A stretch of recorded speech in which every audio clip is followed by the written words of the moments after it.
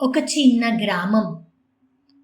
పచ్చని చెట్లు, మట్టి వాసన. అక్కడ ఒక రైతు ఉండేవాడు. అతని పేరు రంగయ్య. రంగయ్య చాలా కష్టపడి పనిచేసేవాడు. కానీ అతనికి ఒక అలవాటు ఉంది. అదేమిటంటే నీటిని వృధా చేయడం. పంటలకు నీరు పోయేటప్పుడు అతను అవసరానికి మించి నీరు వదిలేస్తాడు. ఇంట్లో కూడా ట్యాప్ తెరిచి వదిలేస్తాడు. అతని భార్య లక్ష్మి ఎప్పుడూ చెప్పేది, అయ్యా, మీరు వృధా చెయ్యవద్దు. నీరు చాలా అవసరం. రేపు అవసరం పడుతుంది. కానీ రంగయ్య నవ్వేస్తాడు. ఈ గ్రామంలో బావులు చాలా ఉన్నాయి. నీరు ఎప్పటికీ తగ్గదు. రోజులు గడిచాయి. ఒక సంవత్సరం. వానలు రావలసిన సమయం వచ్చింది. కానీ వానలు రాలేదు. మొదట అందరూ పర్లేదు అనుకున్నారు. కానీ రోజులు గడిచే కొద్దీ భూమి ఎండిపోయింది. బావుల్లో నీరు తగ్గిపోయింది. పంటలు ఎండిపోతున్నాయి. గ్రామం మొత్తం ఆందోళనలో పడింది. ఒకరోజు రంగయ్య తన బావి దగ్గరకు వెళ్ళాడు. అక్కడ చూసి షాక్ అయ్యాడు. బావిలో నీరు దాదాపు ఖాళీ. అతని గుండె గుబేలు పెట్టింది. ఇలా ఎలా అయింది? అతను గతాన్ని గుర్తు చేసుకున్నాడు. తాను వృధా చేసిన నీరు, అతను వినకుండా వదిలేసిన మాటలు. రోజులు గడిచాయి.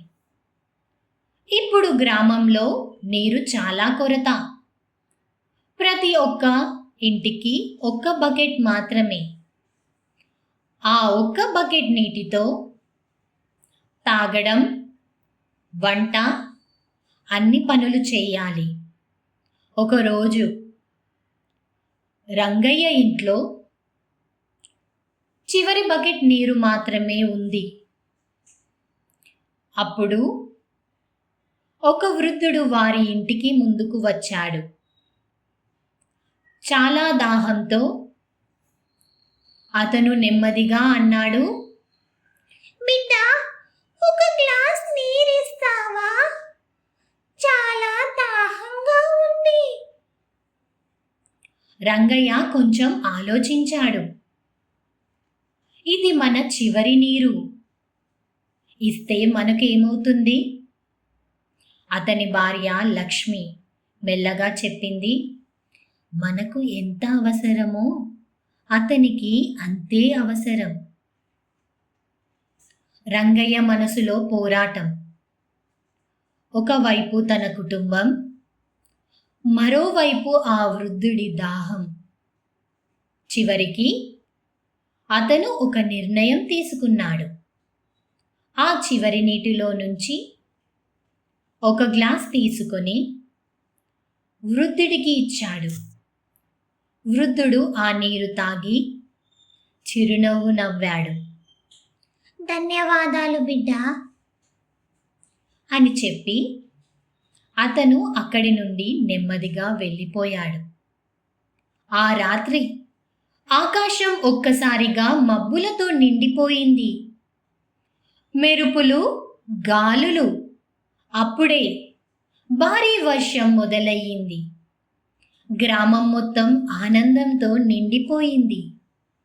బావులు మళ్ళీ నిండిపోయాయి. పంటలు మళ్ళీ జీవం పొందాయి.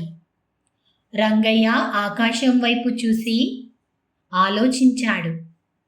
నేను ఒక్క గ్లాస్ నీరు ఇచ్చాను. దానికి ప్రకృతి నాకు ఎన్నో రెట్లు ఇచ్చింది. అతనికి అర్థమయ్యింది నీరు ఎంత విలువైనదో. మరియు పంచుకోవడం ఎంత గొప్పదో. ఆ రోజు నుంచి రంగయ్య మారిపోయాడు. నీటిని జాగ్రత్తగా వాడుతాడు. గ్రామంలో అందరికీ చెబుతాడు, నీరు వృధా చెయ్యొద్దు, అది మన జీవితం అని. Thank you for listening. Thank you so much. Please subscribe my channel for more videos.